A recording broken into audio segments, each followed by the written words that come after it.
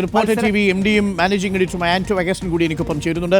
Anto Augustine, very good morning. Anto Augustine, വളരെ ദുഃഖത്തോടു കൂടി തന്നെയാണ് നമുക്ക് പ്രേക്ഷകരെ ഈ വിഷയം അറിയിക്കേണ്ടത്.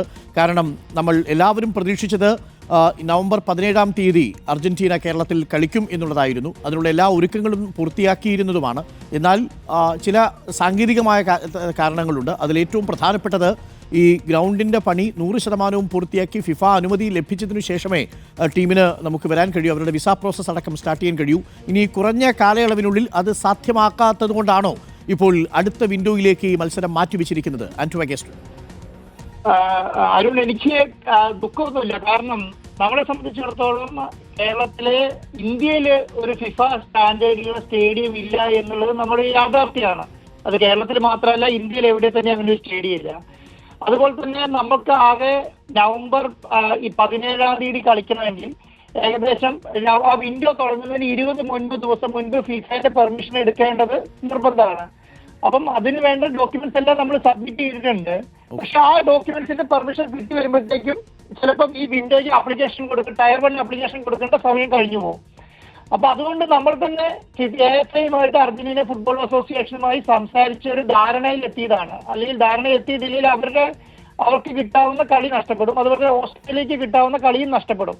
അപ്പൊ ഇവർ രണ്ടുപേരുമായി സംസാരിച്ച ഒരു ധാരണയിൽ എത്തിയത് എന്ന് പറയുന്നത് ഈ കളി എങ്ങനെ അടുത്ത വിൻഡോയിലേക്ക് മാറ്റാം എന്നുള്ളതാണ്. അപ്പൊ ആ അടുത്ത വിൻഡോയിലേക്ക് മാറ്റാനുള്ള കാര്യത്തിനകത്തൊരു തീരുമാനത്തിലാണ് നമ്മളിപ്പോൾ എത്തിയിട്ടുള്ളത്. അപ്പം അടുത്ത വിൻഡോയിലേക്ക് കളി, കാരണം ഇത് നമ്മുടെ രാജ്യത്ത് നടക്കുന്ന ഏറ്റവും വലിയൊരു ഇവന്റാണ്, ആദ്യമായിട്ട് നടക്കുന്ന ഒരു ഇവന്റാണ്. അപ്പൊ ആ ഇവന്റിലേക്ക് കളി മാറ്റുക എന്ന് പറയുന്നത് അത്ര ചെറിയ കാര്യമല്ല. അപ്പൊ ആ ഡേറ്റ് നമ്മൾ കൺഫേം ചെയ്യുക എന്നുള്ളത് AFI-യുമായി സംസാരിച്ച ധാരണ എത്തിയതിനു ശേഷമാണ് ഇപ്പൊ നമ്മൾ അടുത്ത വിൻഡോയിലേക്ക് കളി മാറ്റാമെന്ന് തീരുമാനിച്ചത്. ഇതിലൊരു പ്രധാന കാരണം സ്റ്റേഡിയം സജ്ജമല്ല എന്നുള്ളത് തന്നെയല്ലേ? കാരണം ഫിഫയുടെ അനുമതി കിട്ടിയാൽ മാത്രമേ അവിടെ പ്രത്യേകിച്ച് അർജന്റീന പോലും ടീമിന് കളിക്കാൻ കഴിയൂ. അല്ല, സ്റ്റേഡിയം സജ്ജമല്ല എന്ന് പറയുന്നതല്ല. കാരണം നമ്മളെ സംബന്ധിച്ചിടത്തോളം നമ്മുടെ കയ്യിൽ സ്റ്റേഡിയം കിട്ടിയിട്ട് 1 മാസം തികയുന്നതേ ഉള്ളൂ. 1 മാസം ആയിട്ടില്ല നമ്മുടെ കയ്യിൽ സ്റ്റേഡിയം കിട്ടിയിട്ട്. അപ്പൊ നമ്മുടെ സ്റ്റേഡിയം റീവാമ്പിങ് അങ്ങനെ നടക്കുന്നുണ്ട്. ആ സ്റ്റേഡിയം റീവാമ്പിങ് എന്ന് പറയുന്നത് ഇന്ത്യയിൽ തന്നെ ഒരു സ്റ്റേഡിയത്തെ പോലെ ഫിഫ റാങ്കിങ്ങുള്ള സ്റ്റേഡിയം ഇല്ല. അപ്പൊ ആ സ്റ്റേഡിയം നമ്മൾ റീവാമ്പ് ചെയ്യേണ്ടത് അത്യാവശ്യം തന്നെയാണ്.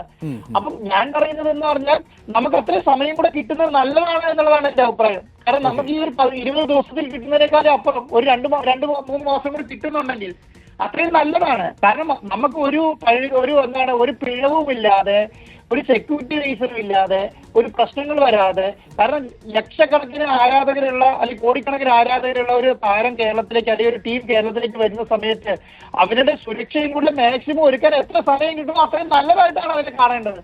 കാരണം അത് ആഘോഷിക്കേണ്ടത് അങ്ങനെയാണ്. അല്ലാതെ നമ്മളെ സംബന്ധിച്ചിടത്തോളം മെസ്സി വരുന്നില്ല അല്ലെങ്കിൽ അർജന്റീന ടീം വരുന്നില്ല എന്നുള്ള ഒരു ക്ലോസിലല്ല അത് ആഘോഷിക്കപ്പെടുന്നത്.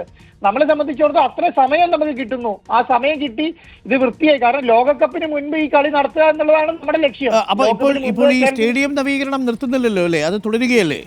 അല്ല, ഞാൻ പറയുന്നത് ഈ കളി വരാത്ത പ്രശ്നമോ അല്ലെങ്കിൽ അർജന്റീന ടീം വരാത്തതോ അല്ലെങ്കിൽ ഈ മാച്ച് നടത്താത്ത പ്രശ്നം, ഇന്റർനാഷണൽ ഫ്രണ്ട്ലി മാച്ചുകൾ നടത്തണമെങ്കിൽ കേരളത്തിൽ സ്റ്റേഡിയം നിർബന്ധമാണ്.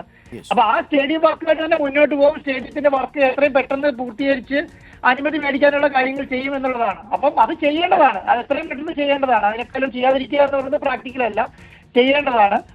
അതിന്റെ ഒരു സംവിധാനം വെച്ചിട്ട് നമ്മൾ അടുത്ത വിൻഡോയിലേക്ക് മാറ്റുന്നു എന്നുള്ളത് മാത്രമേ അതിനെ കണ്ടാൽ മതി. അല്ലാതെ അതിനൊരു നെഗറ്റീവായിട്ട് കാണുന്ന കാര്യമില്ല എന്നുള്ളതാണ് എന്റെ അഭിപ്രായം. Okay, thank you Shri Anto Augustine.